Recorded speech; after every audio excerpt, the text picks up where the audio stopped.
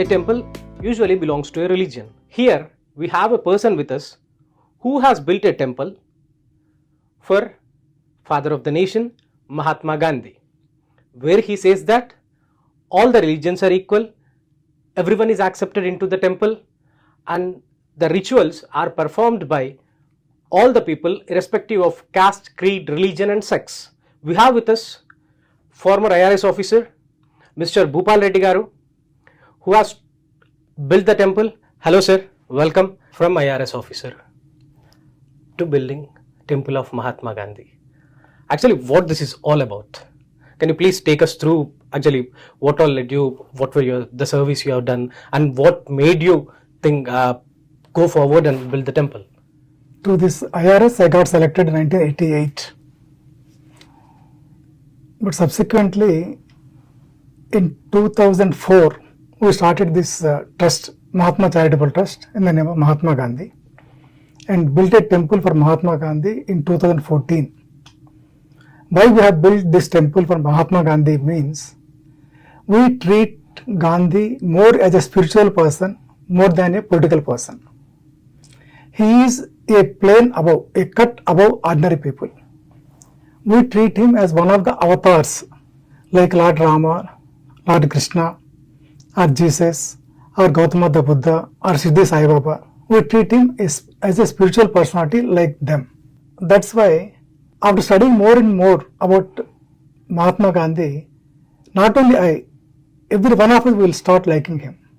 As you have told that you have built the temple for Mahatma Gandhi, whenever we visit temple or something, we find like Ashtottaram, Namarchana, some other things.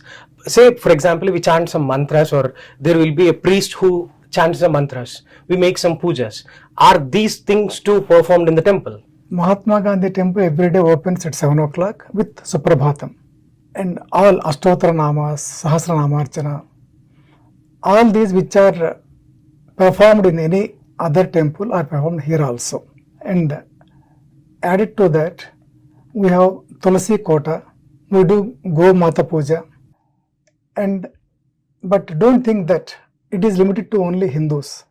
We have kept the religious texts of all religions. Quran is there, Bible is there, Bhagavad Gita is there, Jain texts are there, Buddhist texts are there, Sikh texts are, Guru Granth is there. All these have been kept here. Added to that, we have collected holy mitti from different places across India, more than 30 places, both Hindu, Muslim, Christian, Sikh, and we have kept them here in Gandhi temple. So that shows that this is a temple for spirituality.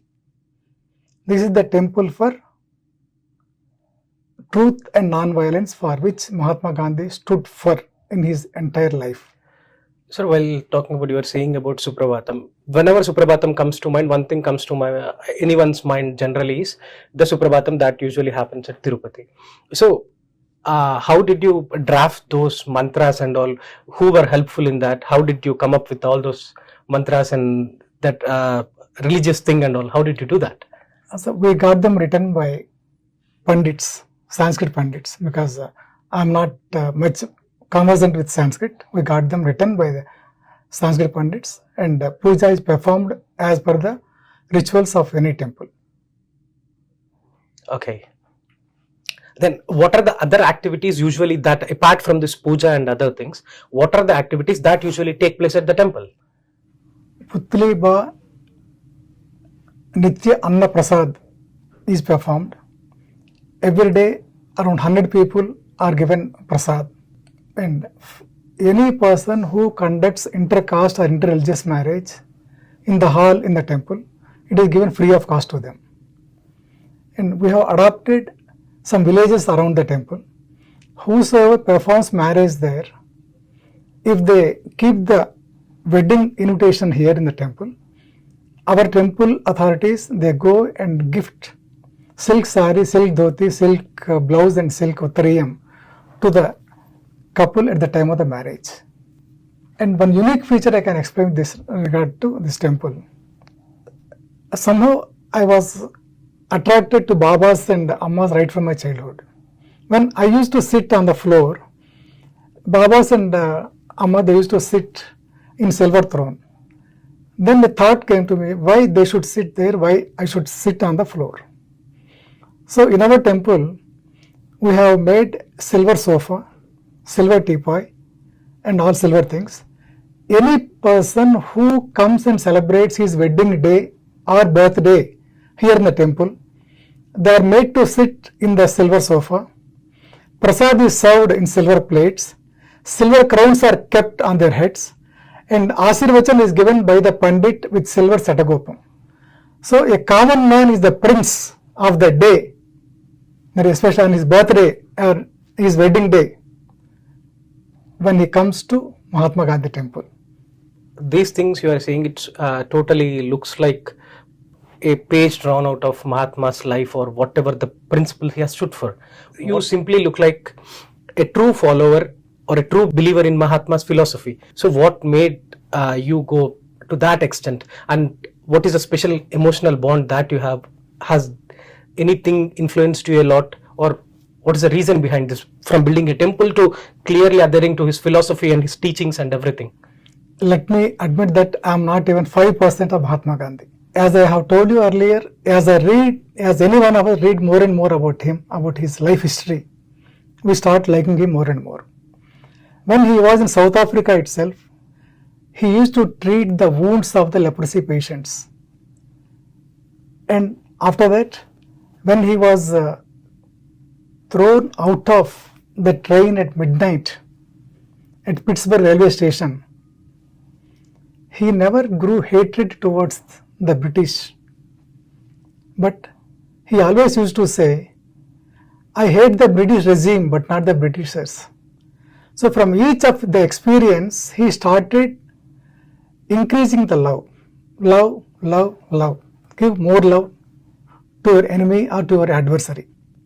One more instance, in South Africa when he was kept in jail and he was bet black and blue, somewhere it's written he was made even naked also. When he came out of the jail, he gifted the pair of chappals which he stitched while in jail to the warden. That's why that warden later commented, when Gandhi left South Africa for India, he commented, the saint leaves the shores of South Africa. So that is the love he has spread against even his adversaries. Can we imagine 100 years back anyone treating the Harijans or the repressed classes on par with upper caste people? Mahatma Gandhi admitted them into his ashram and was ready to close down the ashram when others protested the entry of Harijans into the ashram.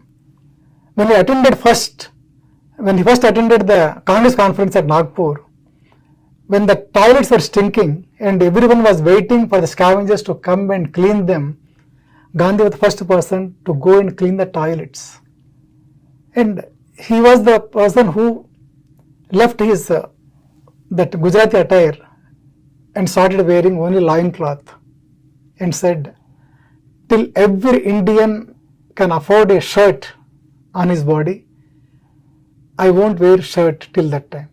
These things, every time you see that. And one more challenge I can say, read any magazine, any newspaper, any book, anywhere, can you find Mahatma Gandhi commenting adversely or criticizing any other person personally? No. The answer is simply no. He never commented anybody. He never criticized anybody. That is the main thing that we should learn from Mahatma Gandhi. Any special ritual that is exclusive to the Mahatma Gandhi temple that you people are doing that, or any special events that you celebrate, or for example, let us say we think of Ayyappa Swami, we have something called Ayyappa Swami Mala. So is there any such things that are exclusive to Mahatma Gandhi temple, such rituals? All the devotees that come to Mahatma Gandhi temple are given kankans, blue and green. I am showing you these blue and green. So they are tied in the temple to the wrists of the devotees. That creates a confidence that Mahatma is there along with them in each action of theirs. Added to this, Mudupulu, a ribbon type Mudupu is given, which the devotees go and tie to the branches of banyan tree which is there in the temple premises itself. These two things increase the confidence and devotion of the people in Mahatma Gandhi, that Mahatma Gandhi is there with them. And we have also written a quotation at the entrance that I am listening to you. Shraddha Saburi, these two words, whenever we hear about them, we remember about Shirdi Sai Baba. In the same way, Satya and Ahimsa, truth and non-violence, whenever we hear these two words, Mahatma Gandhi is remembered. Recently, you from this temple authorities or someone started visiting all the Mahatma Gandhi statues across the state, both Telugu states, putting up some flyers and creating some voter awareness campaigns and all. What this is about? I have superannuated 31st of March 2024. After that, I have taken up spreading of the ideals of Mahatma Gandhi on full scale. Now this is the season for elections. In 13th of May 2024 are the elections. After finding out that in the earlier assembly elections in Telangana, the voter turnout was just 42% in the twin cities, we thought we should make people aware the importance of vote, because the winning and losing margins are hardly 2% between the winners and the losers. When 58% of the electorate they don't vote, how can we call it as a participatory democracy? Is it the responsibility of only the government? No. It is everyone's responsibility. It is the responsibility of the election commission, it is the responsibility of social groups, it is the responsibility of every common man, and it is the responsibility of the government servants, everyone, to take up this cause and see that the voting percentage reaches not 42%, from 42 should reach 98% or 100%. Then only we can call it a participatory democracy. This is one voter awareness campaign. The second aspect is the ethical voting. From the media we hear that liquor freely flows, money is being distributed, and even in the paper also we see that hundreds of crores of money is being confiscated. Still we don't know how much is being escaped from the authorities and being distributed. So who is on the fault, the giver or the receiver? Why don't you say both? So we should enlighten both the thing, the political leaders, the people who are contesting and the common people, that don't vote under the influence of liquor or money. This also we are campaigning. For that, myself and the secretary of my trust, Mr. P.V. Krishnara, both of us, we have toured many districts of AP and Telangana, and everywhere we started our campaign by garlanding the statue of Mahatma Gandhi. Our campaign we started mostly in urban areas. 22 places were selected in Telangana, Hyderabad and Secunderabad, Warangal, Khammam, Nalgonda, Mahbubnagar, Nizamabad, Karimnagar, the other places. And when we go to Andhra Pradesh, Visakhapatnam, Rajahmundry, Kakinada, Bhimavaram, Eluru, Vijayawada, Guntur, Narsarapet, Ongole, Nellore, Tirupati, Kadapa, Chittoor. These are all the places that we have taken up the campaign. We have coordinators at 22 places around the 2 states. And as you can see from the newspaper, this has been covered in many newspapers also, our campaign has been, we are propagating through placards, through pamphlets, lakhs of pamphlets which we got printed. We have hired 30 vehicles, we have downloaded many songs and many slogans we have coined. Through all these, we are trying to create awareness, first to make everyone go to the polling station. That is the first thing, and then ethical voting is the second thing. As you said that you are creating awareness, a genuine thing. So for example, let us say there is a migrant worker from rural part of Telangana or Andhra Pradesh who is working in Hyderabad. If he has to go to his native place on the day of voting, the prices have totally soared up. No seats are available on trains, or everything have been booked up. If they are present, need to go down to anyway somewhere away from Vijayawada, say for example somewhere, they have to spare around 3,000 to 4,000 rupees, which is roughly half of their monthly earning. So in this scenario, you are asking them to go and vote. Is there any solution from your side to such a problem? Sir, actually, we have prepared an email to the Election Commission regarding this aspect also. Not only the officials engaged in electoral process, but every common man, especially the migrant labor or the settlers, should be provided the postal ballot. That is one of our demands or one of our requests. I don't say that it will be immediately implemented, but there is one of our demands, and we will pursue it and see that the Election Commission and the Government of India and the state governments will come out with some solution which makes a common person or which facilitates a common person to vote without spending a pie from his pocket. That's good, sir. And one more thing. There are many people who usually show up on social media, whatever the platform it is. They totally talk a lot about election, everything, make analysis and everything. On the day of voting, they will be totally missing. See, we have Friday, Saturday, Sunday and Monday a paid holiday. So it will be mostly like a weekend getaway. How is there any special plan devised so that you can attract at least some of them to stay back and vote?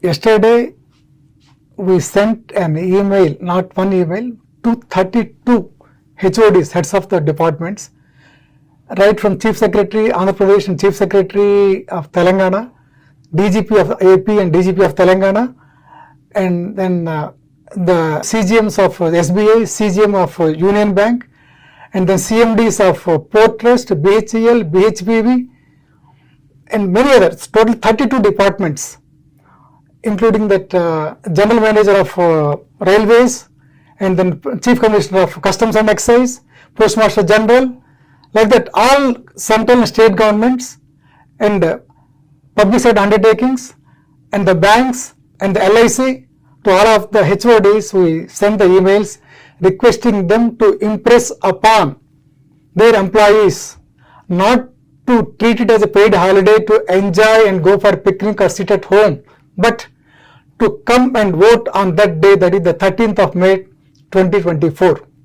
But my appeal to every voter, especially the government servant, is it is a paid holiday not to sit at home, but to go out and vote, exercise your franchise. I am listening to you, Satya and Ahimsa representing, you are equating it with Shraddha and Saburi. Actually, what is the total you are bringing out Sai Baba a lot of times, and temple and Sai Baba, do they have any connection? In a way, Mahatma Gandhi and Shirdi Sai Baba both are contemporaries. Shirdi Sai Baba was alive even 1920s also. Both of them, they have preached love. Both of them have preached respect for others and service to others. So why I am invoking Shirdi Sai Baba every time is that my passion is that to see temples of Mahatma Gandhi not only in Andhra and Telangana but all over India, as we find today's temples of Shirdi Sai Baba all over India. That is my dream, which I am sure it will be fulfilled in my lifetime. మా video మీకు నచ్చినట్లయితే please like, share and subscribe.